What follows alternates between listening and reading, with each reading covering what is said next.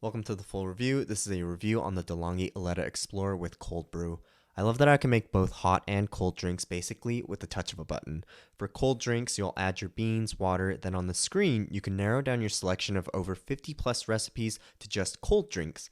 From there, you can connect your cold milk carafe, adjust any specific settings like size of drink, how much ice is in the cup, the intensity of the coffee, then click brew to make it. The machine also lets you know which way to adjust the milk texture switch on the carafe so your drink comes out perfect every single time. One of the cool features I love about this is that I can make cold brew in about 3 minutes, which is amazing. So I've been drinking the cold brew latte and it's perfect every single time. For hot drinks, I'll do the same thing except click hot drinks to narrow down my selection and use the hot drink milk carafe. The rest of the format is the same and the drinks come out perfect. You could also change settings of each drink and add them to your profile so multiple users can get that tailored experience every time they use the machine.